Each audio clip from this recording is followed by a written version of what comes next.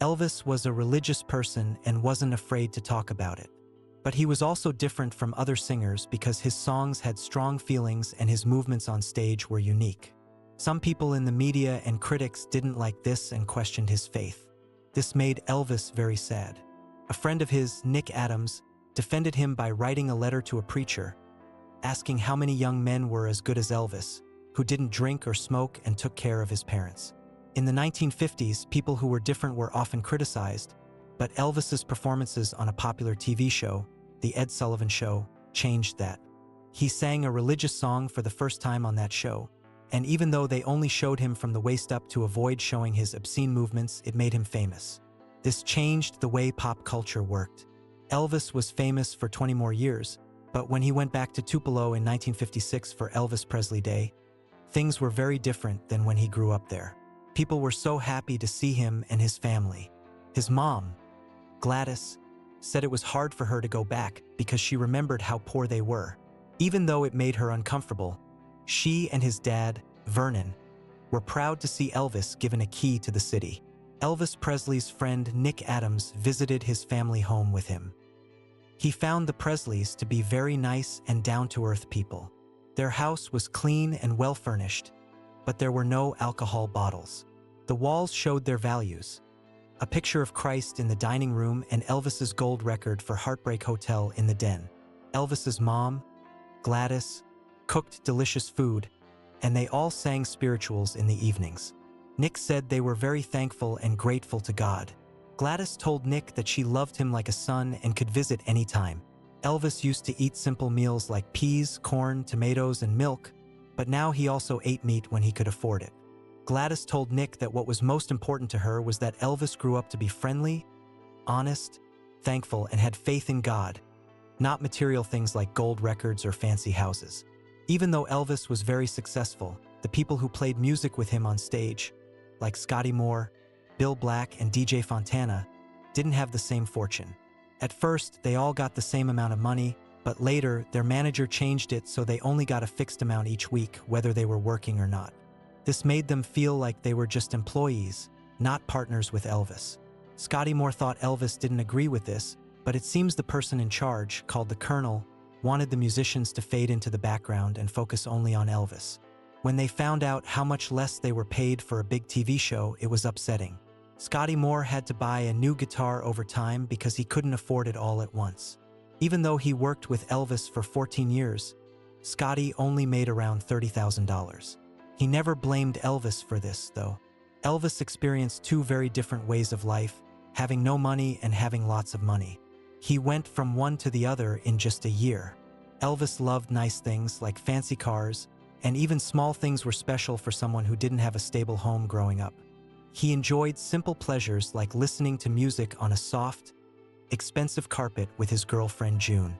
However, Elvis's fame also brought unwanted attention to his home. Fans would gather outside and sometimes even come inside when he wasn't there. When he was home, he spent time talking to fans at the fence. While his family saw it as a way to thank the fans for their support, the neighbors found it annoying. Some people in Elvis's neighborhood were rich and looked down on others who got rich more recently, like Elvis's family. They thought of themselves as better because of their old money. This was similar to how people were treated because of their race in the South. Elvis's mom, Gladys, was respected, but some neighbors didn't like having a poor family like theirs on the street. They even asked the Presleys to move because Gladys hung her laundry out to dry. Elvis was very upset and thought about buying all the houses on the street to show them he could. People talked about Elvis being a ladies' man, but most women said he just wanted to talk, kiss, and read the Bible with them. Even a Vegas showgirl named Dottie Harmon, who spent Christmas with Elvis and his family, said he was religious and they read the Bible together every night. Actresses Natalie Wood and Rita Moreno also found that Elvis didn't want to do more than roll around fully clothed and kiss. Before 1960, all his serious girlfriends said that Elvis wanted to wait until marriage to have sex. This was true for most women he considered as potential wives. Elvis started filming a movie called Loving You with an actress named Dolores Hart. They worked together again in another movie, King Creole. Dolores thought Elvis was very polite and charming. He was a good kisser, but she noticed he was more serious and focused when they worked on King Creole. They had to wait between scenes a lot, so they would stay in a hotel room. Elvis would read from a Bible and talk about what it meant to them. Dolores was surprised when years later, Elvis called her after she left Hollywood to become a nun. He told her he was happy for her decision and that he was praying for her. When Elvis was filming a movie called Loving You in 1957, his parents went to California to visit him. His mom, Gladys, was feeling sick and had to stay in a hospital in Memphis for tests. They didn't find out what was wrong with her, but she had pain in her shoulder and wasn't feeling well. During this time, Elvis's cousin Barbara stayed with Gladys in the hospital, but they didn't talk about her health. As Gladys got sicker and people started talking about Elvis maybe having to join the army, a big house on a hill became very important. This house, called Graceland, had 18 rooms and was built in 1939. It became Elvis's home for the rest of his life. This chapter is about Gladys and her connection to Graceland. In 1946, Elvis's parents bought some things for their home in Tupelo, like a mattress, rug, and heater, by paying a little bit each month. They had to stop paying in 1951 because they probably didn't have enough money.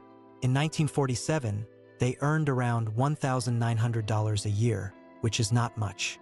But in 1957, Elvis had already made $385,000. That's a lot of money. They moved into a big house called Graceland that year. This was a huge change for them because they used to be very poor and now they lived in a fancy mansion. It must have been hard for them to understand how they went from being poor to having so much money and fame. All the people in their family before them were also poor. Now, the Presleys were part of a world they never knew existed. Elvis's mom, Gladys, was happy when they moved into Graceland because it had more space and privacy. Graceland had 18 rooms at first and would grow bigger. Elvis and his family made changes to the house and added a garden and a chicken coop. Elvis's grandmother, Minnie Mae, and other relatives moved in too. A friend named Lamar Fike was the first person from a group called the Memphis Mafia to live there. Elvis invited Lamar to come home, and he thought it meant forever. But later, Elvis said Lamar had to leave. Lamar stayed because Elvis didn't have a good reason for him to go. Lamar felt proud to be the first member of the group to live at Graceland. Elvis had a big house and a lot of money, which meant many people could stay with him or visit. He was happy to share his wealth with his parents and grandparents. He also bought a big estate called Graceland, which provided jobs for his family members. Elvis gave his relatives jobs and titles, like his dad being the business manager and his cousins working as guards or aides. He wanted to help everyone in his family. People close to him said he was always there to lend money and support to his family. Elvis believed that money should be used to help others and make life better for his family and friends. He didn't like the idea of just saving it in the bank. He didn't want to be the kind of person who judged others for having less money, so he would give it away whenever he could. Colonel Tom Parker, his manager, said that Elvis didn't care about the amount of money in the bank as long as he could buy what he wanted. Elvis didn't let money define him. When Elvis started making a lot of money, his mom Gladys and his dad Vernon had different reactions. Gladys enjoyed spending the money, but Vernon, who hadn't earned it himself, found it hard to spend it. Some people think he was a bit too careful with the money because of fear of losing it, or maybe because he didn't want to go back to struggling every day to make ends meet. One day, Elvis, his mom Gladys, his dad Vernon, and his uncle Travis were in Elvis's room at Graceland, his big house. They saw a lot of money on the bed, like they had found a treasure. They were not used to having so much money, as they usually saved coins to buy gas or food.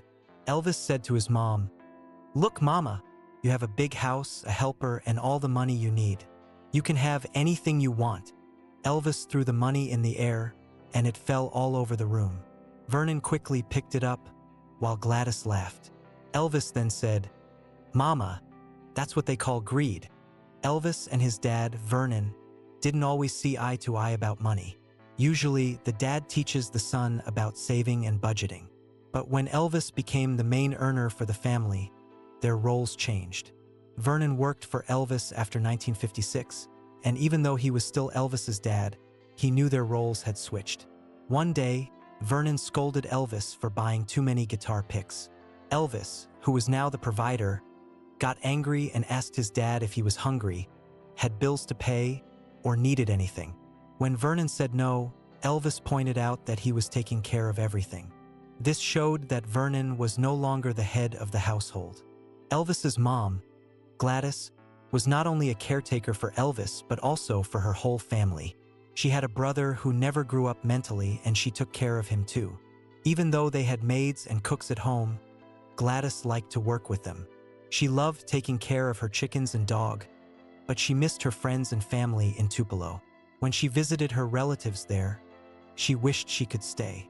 She even talked about buying a second house in Tupelo for when Elvis's career was settled. If Gladys hadn't passed away, her son believes they would have followed through with that plan. In 1957, when the Presleys were enjoying a wealthy life, Gladys, Elvis's mom, started to feel sicker. She found it hard to breathe and would get bloated easily. Her friend Barbara noticed that she couldn't use the front door of her mom's big house anymore because it had lots of stairs. Instead, she started using the back door, which didn't have any steps. People around her noticed these changes, but they didn't really think much of them because they seemed strange for a woman in her mid-40s. Gladys, Elvis's mom, started taking diet pills called Dexedrine. These pills were popular in the 1940s and 1950s for helping with weight loss and other health issues. Dexedrine is a stimulant drug that makes messages go faster between the brain and the body. Many people used it after World War II, and it was advertised as a way to lose weight while doing housework. However, it didn't help Gladys because she was actually holding a lot of fluid, not just fat. No one knew this at the time. In 1957, Elvis met Anita Wood, a beautiful blonde woman who was a beauty queen. They got along well, and Elvis's mom, Gladys, liked her too.